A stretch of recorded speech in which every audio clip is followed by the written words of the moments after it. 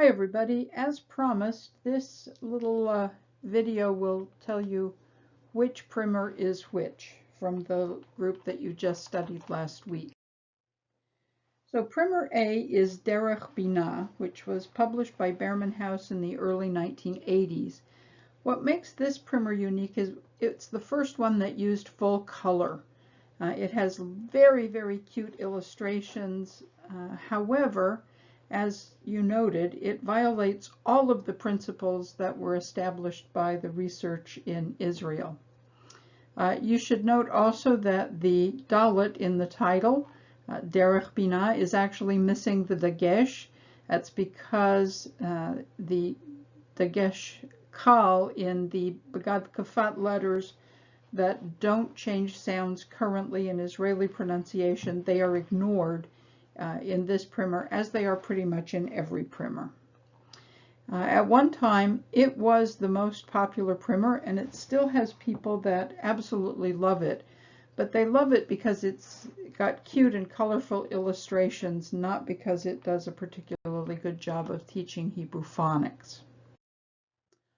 Primer B is Zman Likro, which was originally published in 1989 by ARE Publishing, Inc. ARE was a small publisher in Denver, Colorado. They published a lot of mini courses for high school students and handbooks for teachers in Jewish education. This was its first giant effort at breaking into the mainstream school market, and it did in a big way. It swept in very powerfully because it was the first primer that was actually based on Feidelson's research, and it worked pretty darn well. I will say that there were compromises made in it based on the fact that the lead author, Dr. Orno Lenchner, wanted every key word to reflect Jewish concepts, and in particular she was adamant that the first key word had to be Shabbat.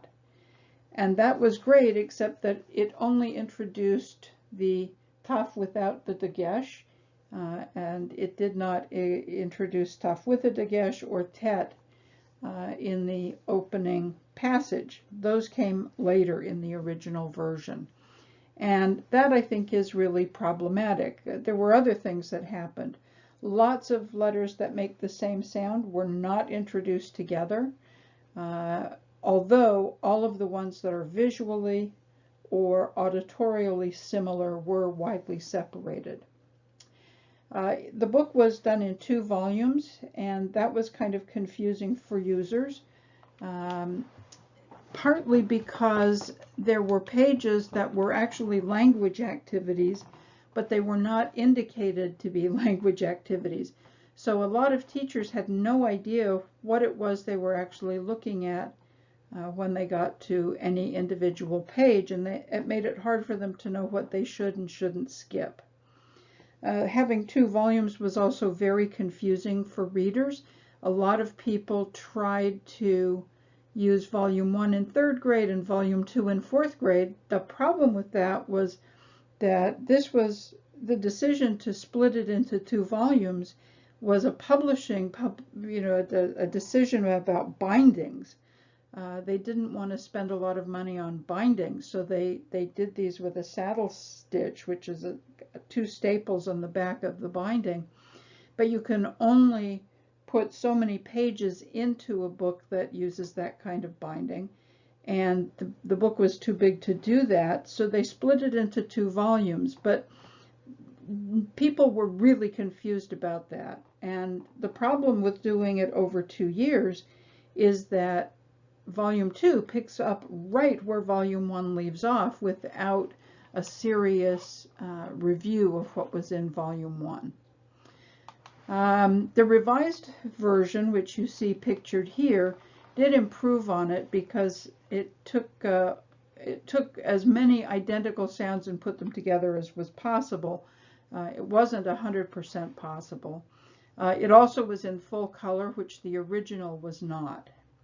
And then in 2005, Behrman House acquired ARE Publishing, and they have been selling Zman Likro ever since.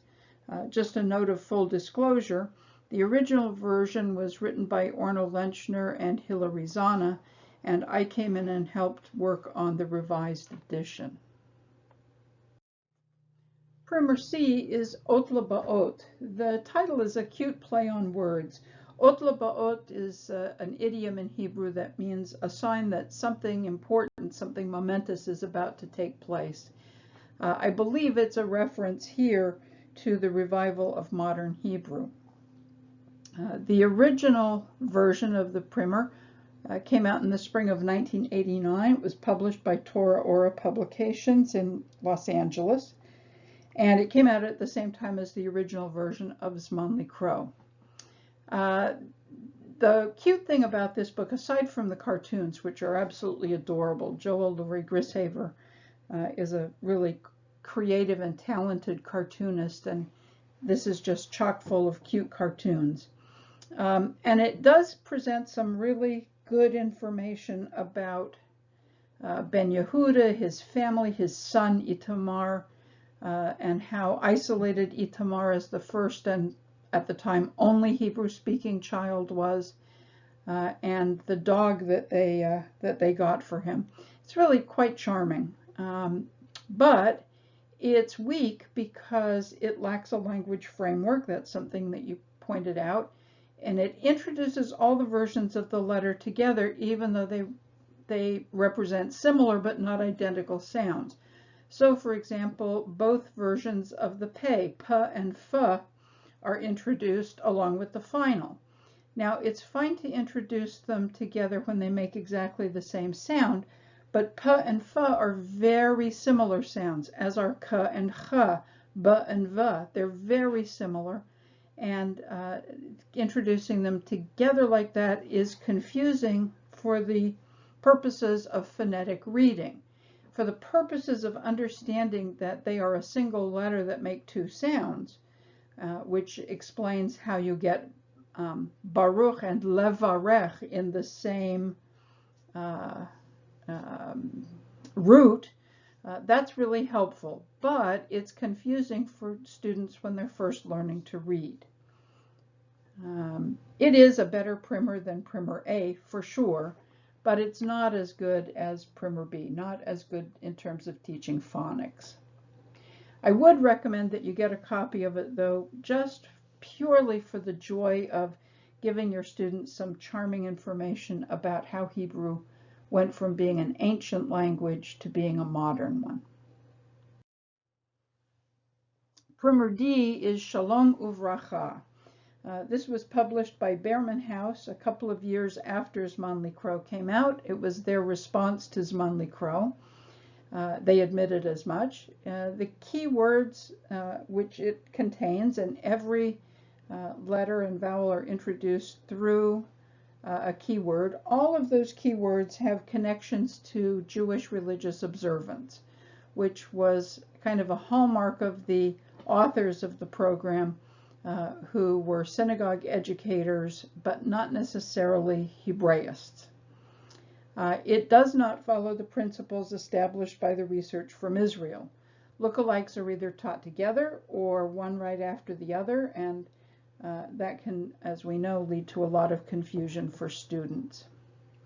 The reading drills also use an awful lot of nonsense syllables rather than real words, which is a problem also with Ot Leba'ot. It's a total problem with Derech Binah. It's less of a problem with Zman Likro, because as soon as students have enough letters and vowels to produce actual words are used. Primer D is Mit Kadem, which was originally published in the early 2000s by URJ Press. It works like the SRA reading program, if any of you are familiar with that particular English program. Students move at their own pace and go from one level to another. As you all noted, it does not follow the research. It does not make use of a language framework. It's really all over the place, and I do not think of it as a strong primer at all. It's almost as bad as Derech Binah. The other thing is that those self-directed, self-guided, self-paced programs often don't work for weaker readers. They end up getting stuck in level 1 and never really progressing. So it's a problematic program, I believe. And also in 2015, URJ Press dissolved, and its holdings were all acquired by Behrman House. So Behrman House is now the largest publisher of Jewish educational materials. They pretty much have been for years. But between their acquisition of 2 other presses and the fact that Katav Publishing has gone away, is no longer in business, means that Behrman House and Torah Ora are really the only 2 publishers for supplementary Jewish education. Primer F is Aleph Bet Quest. It was published by Behrman House in 2009, was designed to follow Feidelson's research almost perfectly. There is one significant deviation from that, and that has to do with the vowel tsere, the 2 dots that are either E or A depending on who says it. In this particular instance, we treated it like a pronunciation, like a dialect issue, rather than coming down on one side or the other, and the readers are instructed to follow the pronunciation of their community. There is a companion reader which takes the language pages that Zman Crow interwove into the textbook and puts them in a separate language book. But as students complete like 3 or 4 lessons, first 4 lessons I believe, they are able to read short, easy Hebrew sentences, and so all of those words are put into the context so that students can gain reading comprehension as well. This particular book, the entire package, because there is also an online component to it as well, and a script book for people that want to teach script. The whole package won the 2010 Award for Distinguished Achievement in World Language, one from the Association of Educational Publishers. It was the only Hebrew primer, pretty much the only Hebrew book that's ever been honored in this particular manner, and it was up against all of the other books that had been published in 2009 to teach world language. So that means everything that was published in Spanish, Chinese, German, French, and so on. As a matter of full disclosure, I will tell you that I wrote this particular primer, so I am especially proud of it, and especially proud of the fact that it won that really impressive award. So that gives you a chance to look at all of these primers, and hopefully you have learned a great deal about each one. And in particular, I wanted to do this as a blind test so that you wouldn't be influenced by the fact that your teacher was involved in the development of 2 of the primers, what I consider to be really the 2 best on the market.